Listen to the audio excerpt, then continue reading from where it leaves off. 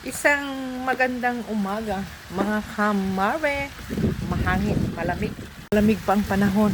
Ayan o. May nararamdaman pa tayong konting lamig, mga kamare. Ang ano natin ngayon, anong oras ba? Alas 8? Okay, alas 8. So, dito tayo sa labas. Kasi maglilinis tayo ng labas. Paliliguan natin tong mga ano. Kasi ang alikabok grabe. Hindi mo madadala yan sa brush. Yan, masyado yan maalikabok sa hig na yan. So, kailangan sprayan natin ng tubig para totally maalis yung alikabok. At the same time, kahapon, naglinis ako ng salamin. At yung nilinis ko. Ayan, marumi pa rin. Ayan, o. Pakita ko sa iyo. Ayan, tara, marumi pa rin yung taas. So, kailangan natin siyang ulitin. Kasi kahapon nagmamadali ako maglinis. So maglilinis tayo ngayong araw dito. Yan ang ating schedule ngayong araw. Ayan, makalat madumi. Kailangan natin siyang linisin. Alas 8 na nag-alisa na yung makukulit. Si Bossing umalis din ng maaga na. Si Mayor ang nasa loob pa ng bahay.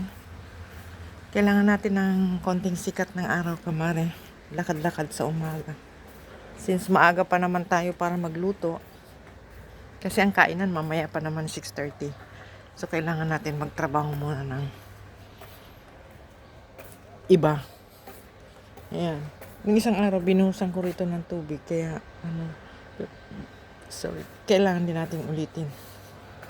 Kasi maalikabok. Iyan din ang problema na pag nakatira ka na sa villa, hindi na sa building. Kasi pag villa na labas, ang alikabok ang kalaban mo. Lalot dito, laging may sunstorm. So, yan ang magiging natin. Panibagong pagod. Kailangan linig. May hardinero. 2 times in a week lang. Didilig lang sila ng halaman. And then, alis-alis ng konting dumi sa mga dahon-dahon. Yun lang ang trabaho nila. The rest, ako na. Kailangan nating i-maintain yung linis sa labas. Kasi si Bossing. Osi. Kailangan lahat ng parte ng bahay malinaw. Which is first time niya nagkaroon ng magandang bahay for the longest time. Sariling bahay. Ayan.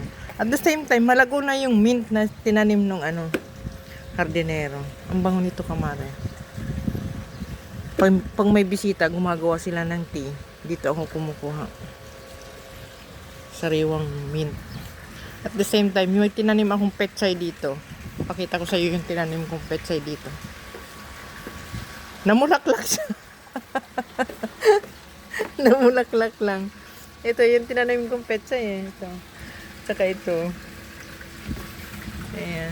Tutubuan. Tanggalin nga natin to kasi baka tanggalin ng hardinero yung pechay natin. Although sinabihan ko sila na may tinanim ako ng gulay. Lagay natin ito dyan para yung kangkong ko nga pala, ipakita ko sa iyo yung kangkong na tinanim ko. May kangkong akong tinanim, kinuhanan ko ng konting dahon nung isang araw. Nilagay ko doon sa sinabuan kong isda. Ayan. Ayan yung kangkong. Ay nako, hirap mang walang sariling garden. Gustong gusto kong mag-garden. Diyan ko lang nilalagay yung mga kangkong ko.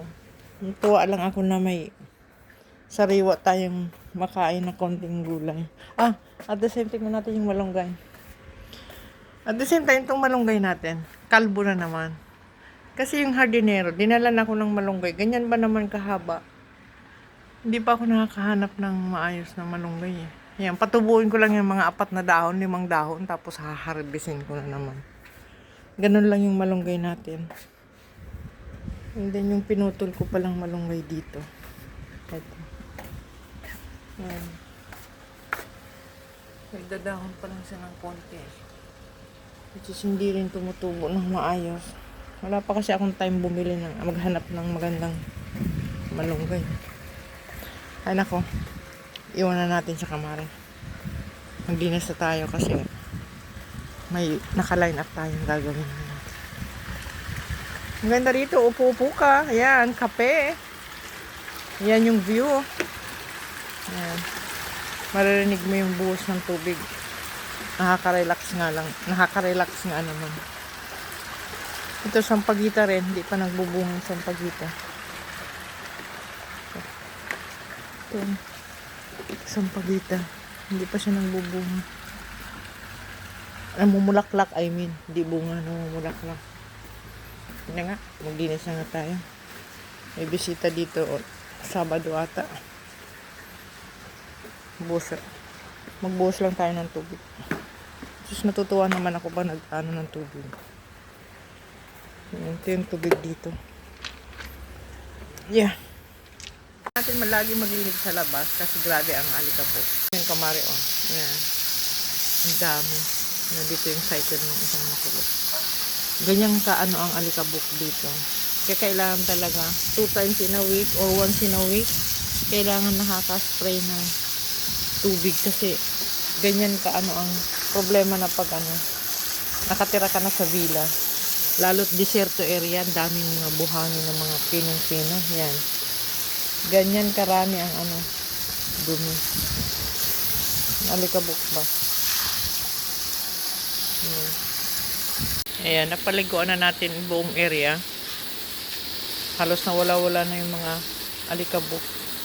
Kailangan talaga itong naanuhan ng tubig kasi ang alikabok nga. So mamaya pag natuyo yan, presko na. Maligo na siya. Ayan. So ayusin na natin yung mga upuan.